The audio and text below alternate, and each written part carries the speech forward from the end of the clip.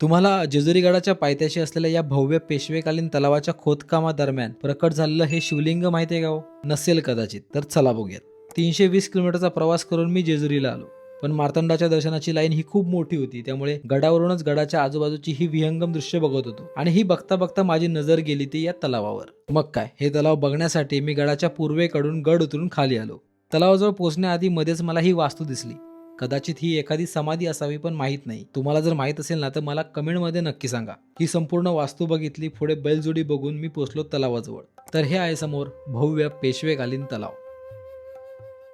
पुढे हळूहळू होत जाणारा सूर्यास्त बघत तलावाच्या काठावरून मी पुढे आलो आणि माझ्या नजरेस पडलं तर हे वरून दिसणारं हे सुंदर बांधकाम नक्की आहे तरी काय, हे बघण्यासाठी मी खाली आलो. हे महादेवाचं मंदिर असावं याची कल्पना नंदी महाराजांना बघून आलीच. नंदी महाराजांचं आणि मारुती रायाचं दर्शन घेऊन पायऱ्या उतरून मी खाली आलो.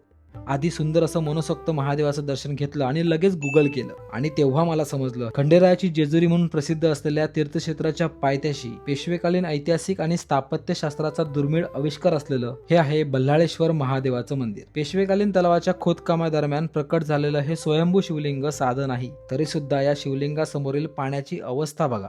तलावाच्या काठी पृथ्वीच्या भूगर्भात लपलेलं हे शिवमंदिर लोकांना माहीत नसावं कदाचित, त्यामुळे इथे आज गर्दी अजिबात नव्हती. सुंदर असं बांधकाम असलेलं हे शिवमंदिर बघून मी वर आलो, कारण वर होत होता सुंदर असा सूर्यास्त. आणि हा सूर्यास्त बघता बघता माझी नजर जाते ती या 2 वास्तूंवर. मग काय, अंधार पडायला अजून बराच वेळ होता, त्यामुळे शॉर्टकट घेत पायवाटेने काहीसा असा मी येऊन पोचलो या पठारावर. त्या तिथून हा डोंगर चढत मी इथपर्यंत येऊन बघितलं काय, ते मी तुम्हाला पुढच्या रीलमध्ये दाखवतो.